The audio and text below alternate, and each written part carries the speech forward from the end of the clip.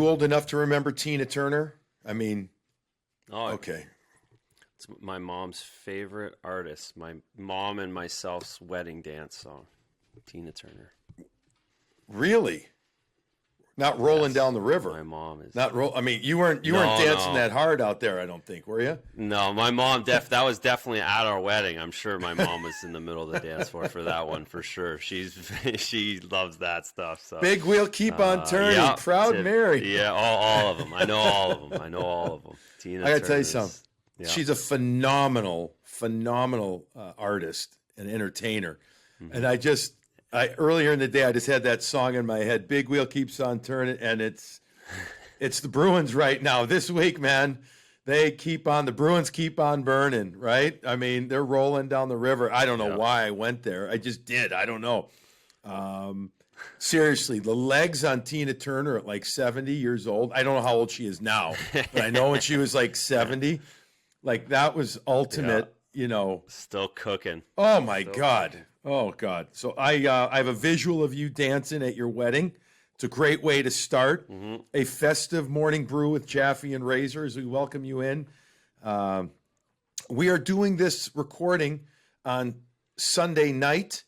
So after we did our live show in the afternoon, which was awesome, we'll touch on that in a little bit.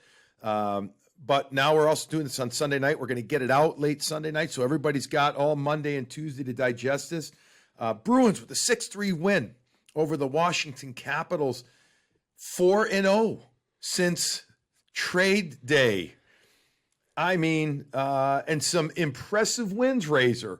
2 over the Islanders, 1 over the Washington Capitals. We got a ton of stuff to get to. But first of all, my friend, it is wonderful to see you for the second time again digitally on the same day. I learned an awful lot about you, and I knew I already liked you a ton, but now that I know you do your own lawn and mulch your own yard even more, we are kindred spirits. And our affection for the Bruins and good hockey is spectacular. So let's dive into this game. Very general. I like to start, though, this way. What did you like the most about the overall effort? Man, oh, man. They checked all of the boxes today, and I know there was a little wobble at the end of the first and into the second period. Those basically 6 total minutes of hockey. I just love the way they got out of their zone in the first period. Yes, so crisply. They got 200 feet all period, and it was with ease. It was with efficiency. It was with accuracy. And against a team like the Washington Capitals, to do that so effortlessly was what stood out to me throughout the game. Just to be able to get to their game right away and go 200 feet basically at will. Because even in those 5 or 6 minutes where they gave up the 3 goals, it wasn't because they were hemmed in. We saw it. There was one bad play at the end of the first, and then it was the power play. So their ability to go 200 feet against a good team like Washington is what stood out for me. Well, beyond all the other good stuff. Right. I mean, if you look specifically at the goals, the first goal, I wouldn't say it wasn't because of the breakout. The breakout allowed the Bruins to get chances, right? They had chances early on. So did the Capitals. They had that Eller chance early on in the game that Tuukka was great on. But it was forecheck based off of great breakouts. The second goal was directly started, I think it was Riley to Hall, left wing corner, deep in their own zone. Hall gets the puck out, right? Then Krejci, eventually they maneuver through the neutral zone. Krejci ends up getting it eventually from a deep right wing corner pass from Connor Clifton. He puts it through the very low seam, almost they just kind of skipped along the ice and got to the far post to Krejci, who hammered it in. But that was vividly, distinctly, Razor, off the breakout. I mean, I love the short passes. I do, and I know that's been a staple of the Bruins for a long time with Claude, now Butch. I just love those. And I also don't know, and I think didn't we say this on our live stream? I don't think people realize how risky those plays can be too. Because they're risky. They're difficult too. Yeah. There's no margin for error. It has to be right on the tape. You don't have an opportunity to skate onto a 10-foot pass. It has to be on the tape right away.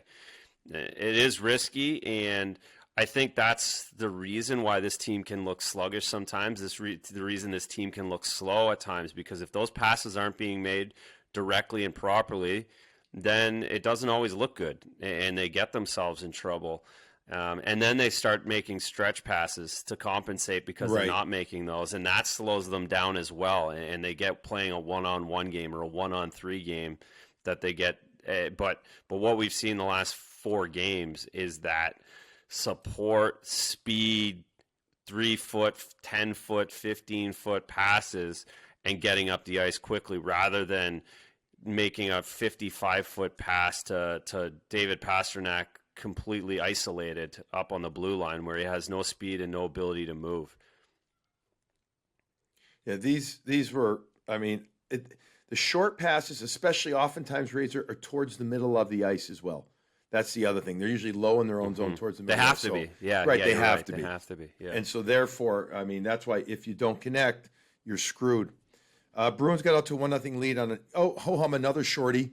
Not Marchand this time. Bergeron, however, an awful lot Brad Marchand to do on the forecheck. Got to stick to the wall beautifully. Gets the puck to the front. I mean, Bergeron now is 17 goal. That was his 17th. He now has 18. After as he scored the second goal, the fifth goal of the game. He's on. I mean, so he's got 18 goals, and you know, we're playing 56 games. If he ends up like 20, let's just say he ends up with what, 23, 24. That's a 32 pace in an 82 game season. 33. Good for him. Good for him, man. It's just so damn impressive. You get him scoring the first goal, Krejci the second. So your number 1, number 2 centers get you going. Let's touch on the Oshie goal to make it 2-1. I got to tell you, I had a little sphincteritis after that one. I thought Huh. I thought that and was a rightly bad so by the start of the second too. Yeah, yeah. That Oshie goal, you don't say this often. He took Charlie McAvoy. Backstrom did with a move at that blue line. I mean, you rarely say that, but that just goes to prove how damn good Backstrom is. Yes, he just surpassed 1,000 games. Has always, except for the one season, maybe 2 seasons, he's always been overshadowed by Ovi. He's always been second fiddle to Ovi, and then in the last few years, there's guys like Kuznetsov and Oshie, who's very marketable and an American kid, easy to overlook Backstrom beyond those guys. But with the play, what he does for this Capitals team is probably similar to Krejci, I suppose, in the way that he's overlooked a little bit at times. But really, or a Malkin, even maybe Malkin's even better because he is a superstar like that. And what a career! And he's a guy who gets his team going offensively. When the power play goes through him still over on the half wall, he sets up plays. He gets Oshie open on that bumper. And he's just a great player, and he shows it. Sometimes you fall asleep on him a little bit. So it's 2-1 at the end of one after Oshie pops in that play. After Backstrom went around McAvoy, actually went through him, shot off Rask's glove. Oshie comes in, 10 seconds remaining on the clock, popped it in. You're like, oh, come on, guys. After such a solid, not beyond solid, excellent first period. Come out, second period, Oshie scores a power play goal. 3:48 into the period, and you're just like, uh-oh, here we go. Now, the Bruins took some penalties. Let's veer off this going through the game quickly. Talk about these penalties. Yep. 2 double minors, right? Same player. Does that land Connor Clifton Yes. in the doghouse? Is that now, granted, we're assuming that you have another guy to put in. I mean, he still played 18 minutes, I think. You know, Yeah, 8 minutes in which is a penalties. lot considering he. That's right. I wouldn't say it's a doghouse offense. It's certainly it's going to be a talk in the office. It's going to be a talk out on the ice from not just an assistant coach. I'm assuming it's going to be from the top dog. You're going to get a little tap to talk about that, and that's a concern for me. If we're going to nitpick, if we're going to talk about, and it's not just tonight. It's been an undercurrent for the last month, and that's the one thing that hasn't changed in these last 4 games is the penalties. Yeah. The offensive zone the stick, the high sticks off face-offs. How many of those have there been this year? Like the first high stick, Clifton he doesn't need to go in there and lift the guy's stick. He was just going into a pile, and Smith already had the puck. It was unnecessary. That we know how close this playoffs is going to be. We know every series this year, there's no freebies in this East, and then then you're in the semifinals. Mm-hmm. So there's no freebies in any way whatsoever. A double minor in the second period of Game 3 can literally change your season. Right. And if it's careless and you get smoked with 2 power play goals on it, that's the way this team can get derailed, or any team for that matter. And that is the one thing that's bugged me is just the amount of offensive zone, the amount of neutral zone, off face-off, careless stick infractions that there have been. That these aren't gray area calls. These weren't gray area calls today. They're high sticking. You look at the video, that's a high stick, and it's a double minor. Yeah, and there's a heavy high stick too. It was I'm going for it, and they were able. The Bruins were able to get by it, like in the first period, right? No goals against. Mm-hmm. The second period, though, different, and that's where Washington started making their comeback. And I'm assuming you thought the same when they get another double minor in the second. You're like, well, they're going to score at least one on this. Oh, you because knew for sure. You're not. You're just not going to get away with it with this team, the Washington Capitals. Continually trying to kill those off. Right. This is not. I was going to say the New Jersey Devils, who have a bad power play thing, but meanwhile, the Devils' power play seems to do well against the Bruins. Regardless, this is. You can't. That's effing with the hockey gods. You just can't do that. Yes. Oshie ties it up. Mantha, who I thought at times looked good, and at other times I thought looked, kind of floating around out there. But he scores a power play goal as well to make it 3-2, 4:54 into the second. Then Brad Marchand gets the goal based off of a forecheck. Love how these guys. I don't have it in front of me, but these are very few rush goals. I know they scored a rush goal, the Bergeron 5th goal of the game, but I'm talking going before that.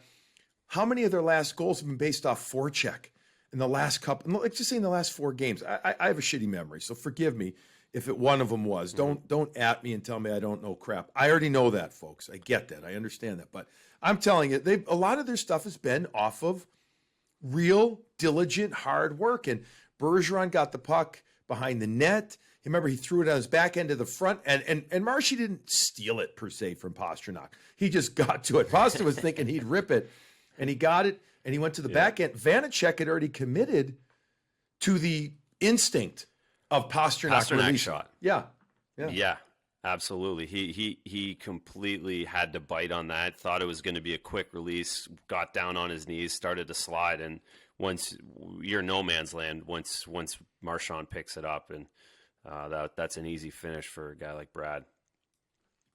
If we had a sponsor, I think this next goal that I want to quickly talk about, it would have to be like the Cialis goal of the game, because if you know what I mean, oh my God, the Krejci play. Did that? I mean, seriously, if that doesn't turn you on in a hockey sense, having him get the puck, first of all, nice play again, getting the puck along the wall was Hall, and then it was Smith. Smith finds that pass from the offside, all the way cross over to Krejci. Everybody else would have blown a gasket. They would have absolutely prematurely put that shot on net. Instead, his sense is toe drag. Let the guy slide. And now I'm going to go. Here's the other thing, Razor. Short side high. Short side high. Actually, he had to, because DeBrusque was actually blocking him from far side. Honest to God, if that doesn't give you hockey wood, I don't know what does. That play right there. That was spectacular. It was, and it was, the three of us watching, wow, what, that was the reaction right away. And then you watch the replay, and it's even better. The second and third and fourth time you watch it, just his ability to hang on, to recognize that he could toe drag, that no one else was going to get to him, that he was going to be able to pull the goalie off that short side, like you said, just a little bit. And what a goal, what a play. And again, you know, to talk about Smith and Hall, what a great, I love the camera behind the net they showed on the broadcast where the shot comes in and Smith comes all the way through the box, which everybody goes over there. Mm-hmm. And Krejci just finds his little hole off to the left side of the goaltender and finds the space and understands the space. And it was a thing of beauty. Again, that second, I don't think it ended up being a power play goal. It wasn't. Did it? I think the guy got out of the box at the last second. Yeah.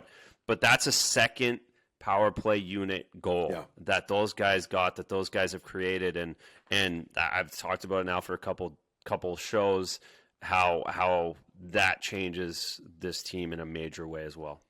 I love that. I mean, from a goaltender's perspective, he outweighed the goalie there just enough, Vanacek. I mean, it's amazing. And then to snipe it short side again like that, I hope people understand how amazing that goal was. You can tell that I got excited over it. Bergeron then scores his second goal of the game at 17:45, so a minute and 45 seconds later. We've seen them do this play before where they create the triangle into the O-zone on the rush, tic-tac-toe. Marchand over to Pastrnak. I think Marshy really wanted Pasta to get him going, right? And Pasternak's like, I don't have a great feel for it, meaning when the puck got to him, I think it just kind of hit his stick, and he realized that he was probably a little too close to Vanacek, meaning a little too tight, so he puts it right back to Bergeron, who I think it may have been Eller, forgive me again if I'm wrong, that was on the back check. This couldn't get to him, and Bergie sniped it for a second. I mean, just a thing of beauty, and the way that they transition up the ice was just, I mean, it was a 2-on-1 after the Caps had some opportunity. There's a contact. Oh, that was the play where Ovi was pissed. Ovi was pissed. Right, because snapping. Right, because Wilson got smoked by right? McAvoy. Exactly. Right. Yeah. And then so they were pushing. The Caps were pushing. There was 4-3, and then some big contact, and then back to went the other way. And Bergeron beat the Czechs back down the ice. That was the other thing about that. Mm-hmm. Yep. Well, always doing the right thing. Yeah, doing the right thing. Right. Captain perfection. Just always doing the right thing, and it ends up in the net. Big goal. Oh, my God. And then how good was the third period? I'm looking for the shots again. I don't remember. It's 8-8 in the third period were the shots, Razor. So yeah, ho-hum. Third period became Game's the over. Bruins game, right? Yeah. Just lock it down again. All right, few numbers to talk about here. Overall only, Razor, in the game, if you go by numbers. 2 giveaways only for the Bruins. Huge. 28 hits for the Bruins, 33 for the Caps. Physical game. We're going to get into that in a minute right now. Face-offs, the Bruins, outstanding. 54.5% winning percentage in that game. Overall, again, the shots, 33-28 in favor of the Washington Capitals. I liked Tuukka's game. I did. I liked his game. I love the fact that it was an afternoon game. It didn't seem to have any ill effects. Didn't seem, he didn't seem to have to labor here, there, anywhere. I liked his game, having the big boy back in there. How did you see it? Looks really good. We're probably still 2, maybe 3 games until every shot you're not wondering if that's the one that's going to tweak the back again. I'm still wondering that for a couple more games, but very solid. His hockey sense is so good, and mentioned it earlier. It's his ability to read the play, and now when he gets on his feet, it's just, he's just all over it, and he reads the shot, he reads the plays on his feet, he's there before the pass, makes it look easy, all of those things, but it all starts with his ability to read the play and understand what the players want to do and trying to accomplish. So, again, changes the dynamic. I understand the young guys did what they did, and Yaro's such a great goaltender, but Tuukka just settles this whole thing down. And I know not everybody wants to hear that, but I think it's pretty It's for me. It's plain as day. Yeah. It's even though Swayman got a shutout last game, and Swayman's 3-1, and Vladar's done well. It's just a different team for me watching when he's in there. I agree, bud. We're going to try something new here on Morning Brew. We're going to run through the roster real quick of everybody that played. Not going to tell you this is going to work. It might fall flat on my face on this thing. I don't give a shit. It's our show. We're going to try it. Put out names. Yep. I'm going to go right through it. We're going to give them a grade. And I just want to, I'm going to preface this because you haven't mentioned this to me. So if I fall on my face, it's your fault for bringing this up and not telling me prior to the show. Absolutely agree. And this the reason why I'm doing it. The reason why I'm doing it is I just thought of it. Okay? That's why. So this really might suck. But we did a little bit the other day. But now I'm like, okay, I got 4 categories. Ready? All coffee themed shit. Like, again, we need a coffee sponsor. We do. It makes sense. I ain't that bright, but I can tell you Morning Brew needs a coffee sponsor. But this is what we're going to do.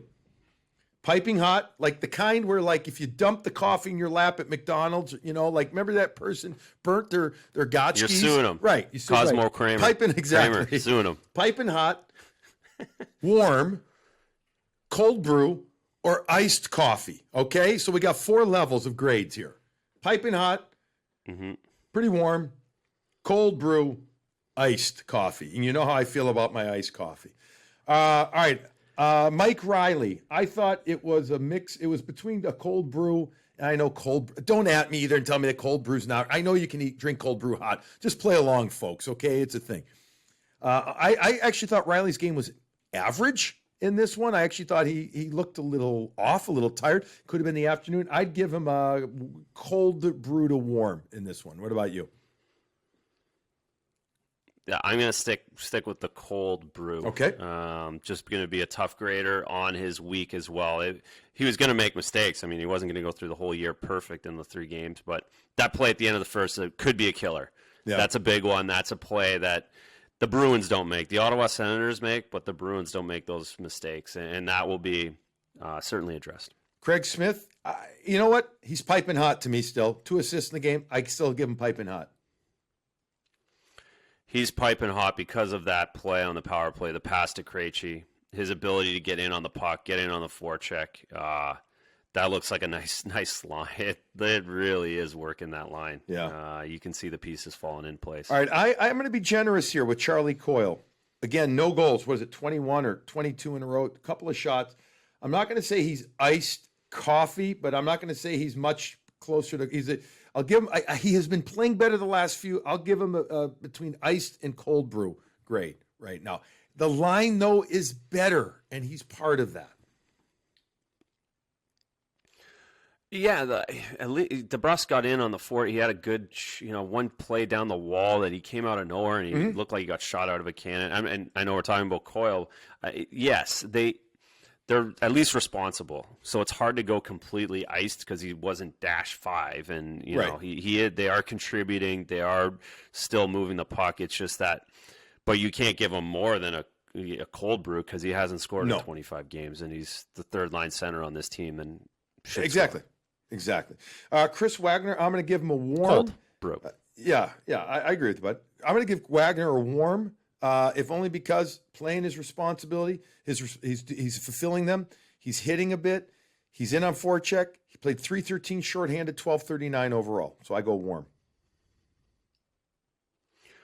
Yeah, or even a microwave piping. Ooh. Okay.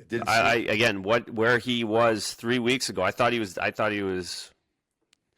gone. Okay. To be sitting out the way he was sitting out behind a bunch of young guys, and to be where he's at now, I'm good for him sticking with it, and good for Lazar and Corrali for that line. All right. Well, let's do this. What Lazar's next? So let's give him a grade. I'm going to give Lazar hot, baby. I'm giving him piping hot, and 4 hits in this game, 1408. A bunch of times. I would have loved that post one to go in. Exactly. He deserved it. Chances, he deserved that one, right? And obviously, I'm looking through this week of what he has done. I do think as well he can be a catalyst for. Hear me out here. He may even get bumped to a 3rd line role here or there, maybe to the right side if if it doesn't work for the offside for a Jake DeBrusk, or if they move Richie over there here, I'm just keep it in mind. Maybe you even move him to third line center a little, and you move Coyle to the right side and move Coyle over, put Lazar there to get them going. You know, that's possible. But yeah, no, he is again, and as you could argue, as Taylor Hall, as much as Riley's come and brought a lot to this team in a week, you could argue Lazar is just as valuable. Absolutely. In what he's done with that fourth line compared to Riley after the small sample size. I get it. Believe me, I'm not over exaggerating any of this. It's just over the week of, if you're going to give an MVP of the week, it's Riley or it's Lazar. I'd agree. Right there. Absolutely. So we both agree. We're giving him piping hot. Nick Ritchie, I'm going to give him warm.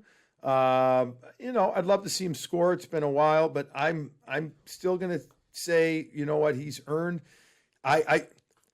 You can not score and be invisible. He's not. He's involved. So I'm going to give him a warm. What are you with Ritchie?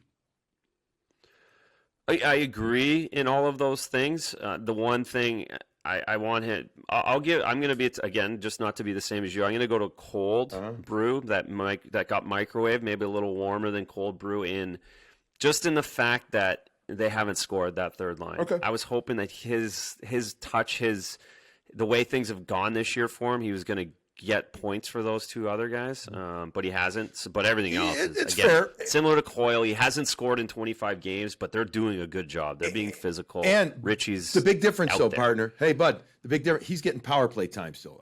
In that game on Sunday, yeah, he got 458 on the power play. So you know what? I'm not against that. Cold-ish. Let's put all these three guys together. Bergeron, Pasternak, and Marchand. We'll do that line. Bergeron, hot. Do we even need to go there? Guy's freaking beast. Piping hot, right? Marchand, same thing. Bergeron with 3 points. Marchand with 4 against the Caps. The one guy is Pasternak. That's the tougher grade. Mm-hmm. He still had 3 assists in the game. Now, there were moments in the game that I didn't still love. His instinct, his doing stuff with the puck. And he played 15 minutes. Not that many, and there were penalties. I get all that. But I'm going to give him a warm-ish. How's that? A warm-ish? Is that fair? I mean, or is that being too nice? I think it's a little nice, but he had 3 assists. So maybe I'm being crazy and saying, the guy finds a way, even in their primary assist, the play on Bergeron, that's all him. He could have fired it into the pads or ripped it over the net, but he saw the right play. Again, I think you just set the bar. When you lead the league in goals, that's what you kind of turn yourself into, and you're based off of that. Mm-hmm. And 3 assists isn't the same for him as it is for everybody else in the league, essentially, other than Ovechkin. Right. Basically, it's those two guys. If anyone else gets 3 assists, it's a great night. If those guys, and a little bit eye test, a little bit of just the way it's gone the last little while, and we talked about it this afternoon where, he's still, in these big games, he needs to be the guy that scores goals. I agree. So. All right, but I'm giving him warmish. Let's, David Krejci, we agree, piping hot in this game, 2 goals, 8 for 12 in the face-off circle, did his job, and in only 14 minutes, because he's on that second power play, and he doesn't kill penalties, so he did it in 14 minutes, piping hot. That good? That fair? Piping hot. Okay. And listen, 14 minutes might be a good number for him. Well, that means, if it's all offense, okay, bring it. All right. His line mate, we already talked Smith, Taylor Hall. I would call that it was still really good. He had a couple of hits. He had 4 attempts to hit the net. I'd say nice, warm to hot. Right? I'd say where even you could tolerate drinking it, Razor, but not piping hot. How about that in that game? Yeah. I'm not burning my mouth. Okay. You hate it. No, again, he's in again. You go to what that line does now, just with him being in the lineup. Yeah. So he gets a few degrees of temperature in his coffee because of that and what that looks like, just eye test. All right. Then let's just jump to, we got a few. Let's talk about the D crew and Jake DeBrusk, actually. Jake with 2 shots, no goals. I I like his game better. I do. I'll go a little. I'll go to that. I'll call it in this game warm. I still want more. I do, but I'll call it warm. Are you okay with that? You all right with it? Yeah, I was going to do the same, and it's for the same reasons why Pasternak's ice cold. It's just based off expectations at this point, and what Jake's done this year. It's better than what we've seen the last little while. Is so much better. Okay, I want to just fly through that because I want to talk about the hits that we saw to finish up here in Morning Brew. Lausanne, I give a warm in that game, and I thought his stick skills were very good, killing penalties. 6-14. Shorthanded time on ice, 8 hits in the game, so I give him a warm. And I'm just going to fly through these names, and you can then give me yours. Jared Tenorti for coming in. For Zaboral illness, we don't know. I thought Tenorti was solid, so I'd call it warm in that game. I would, given that he was involved. He's got to clean up his game here or there, but I'll give him that. Who am I forgetting? Oh, McAvoy. What would I give McAvoy in that game? Interesting game. I guess warm. I'd give him warm. Connor Clifton, I would go cold brew. Even though he had a nice assist and he ran around a bit, I'd give cold brew. I wouldn't give ice, baby. Well, if you get 8 minutes and minor penalties, it can't be any more than cold. Right. That's what I say. More than cold. So those are my last. Are you any different for you? Yep. All good? No. Okay. So that might be a lame-ass segment. If it was, folks, apologize. Let's wrap it up here talking about the physical stuff in the game. The hit on Sean Corelli by Tom Wilson. The hit Garnet Hathaway put on Tenorti. The 2 hits that most people talking about the most. Bruce Cassidy postgame talked about the hit Ovechkin was it put on McAvoy where he caught him up there. I got to remember, I tried searching for it again. I didn't see it again. Meaning I haven't been able to see it. So I have to, admittedly so, I'll have to research that one tomorrow. But the other 2 hits, man, oh man, Garnet Hathaway made himself an involved character in this game. And, I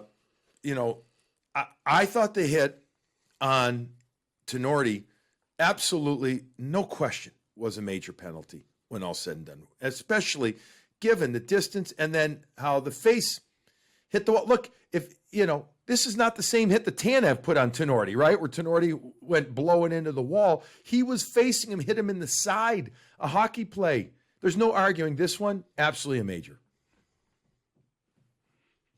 Yeah, and there was no objection from anybody. It wasn't, I wouldn't, because of the misconduct and everything, that's enough. There's no supplementing. Tenorti knew he was there. It wasn't completely egregious to the point where Tenorti had an idea he was around. Tenorti knew he was out on the ice, and so yeah.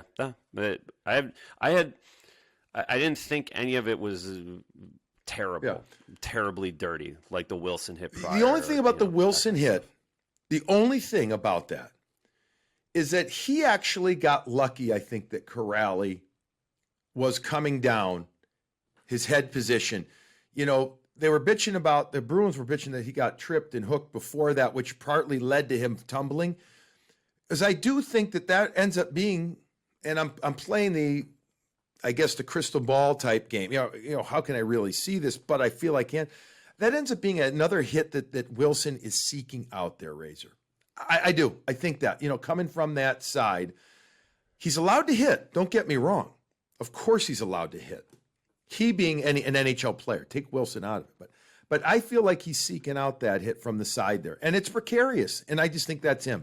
I do. It's precarious, and that's probably being too nice. You can see his wires cross. And I'm sure if you asked him before the game and after the game, he knows he's on a really short leash with this league and with this. If he doesn't, to a point, the organization on some, he has to. He's a smart kid. He's to be able to get where he's done and what he's done with his game. He's intelligent, and you just see his wires cross out there, and you see him start getting wound up, and he just can't put a lid on it. And to that point, that's what happened with the Carlo. He was he was going to get somebody, and I'm not necessarily sure it's completely out to maim and injure. He just wants to get somebody, and that was a similar thing today. He did get a little fortunate, but he traded. That's just it's what it is, and he certainly has it out for this team. He's definitely amped up a little bit more to play these Boston Bruins than everyone else in the league right now. Well, Corrali avoided at least at that moment, and it seems like after the game, hopefully it remains that way, an injury, which is great. We don't know about Jared Tenorti. We know he had to get stitched up. We do not know if he's concussed or not. As Bruce Cassidy said post-game, let's sure hope not. That would be another big ding, obviously, to the Bruins back end. The other thing I just wanted to mention, I had a note down here about Rask stopping Ovi and Eller. Remember that breakaway that Sprong sent Ovechkin on, and then Eller came up? Good stuff. And he made it seem like he was just there. Like, I'm ready for you, big boy. Oh, and then your friend's coming after? I got him too. So that was just going back to that. Anything else you want to cover here before we wrap it up, bud? Nothing. The fact that this team can just look at the numbers. You look at the standings. This team has an opportunity to be in first place at the end of the week. It's amazing. Yeah. Yeah, you're right. Amazing, right? They have the opportunity. They're right. They're right there now. But I will say Buffalo's better. We saw them the other day, and I don't expect them to win all three. Neither do I. Games. If they go and get 2 out of 3, I'm fine. I'm fine with that. Yeah. I was thinking 3 out of these 4 games they had with Washington, so that chalks one off, and then basically they got 5 of 7 games against Buffalo now. The 5 of the next 7, 2 against Pittsburgh. If they get through this 5-2, they're in perfect. They're in great shape. So coming up, hard to look ahead, right. but Buffalo isn't an easy out like they were. Again, they need to win 2 of them. But if they get 5 points or 4 points, that's right. Okay. Get 4 points somehow. Just get 4 out of 6 out of these 3 games. Tuesday, Thursday, Friday in Buffalo. Holy shit, that's a long time to stay in downtown Buffalo with nothing to do. That's kind of an oxymoron because there's actually some decent restaurants, by the way, in Buffalo, but there's not a lot to do in downtown Buff. But especially, not in COVID. Well, that's what I'm saying. Even exacerbated in COVID. Yeah. Can't even go play golf. Can't golf. You can have a hard time walking. There's only like one Starbucks in the whole Sound. Remember that one Starbucks? It was. I mean, it's it. Mm-hmm. There's another coffee spot that I used to go to, so it wasn't bad. One note for everybody too: Tuesday's game, 6:30 face-off. 6:30, folks. The game time was started. So if you're going to tune in and watch us on Nesson, it's 5:30. Okay. So yeah, keep that up. So yeah, we're home a little bit earlier. So that would be good too. All right, so the Boston Bruins beat the Washington Capitals a week after getting dismantled 8-1.